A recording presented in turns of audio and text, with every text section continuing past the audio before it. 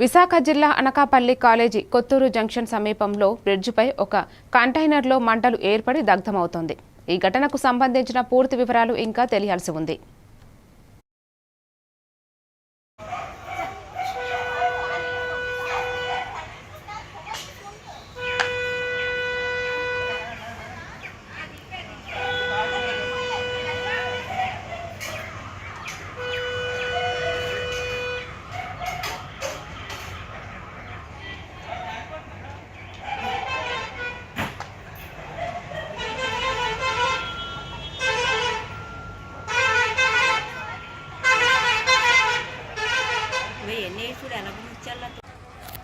అందులో స్టాక్ వెనకనే తీసుకున్నాను.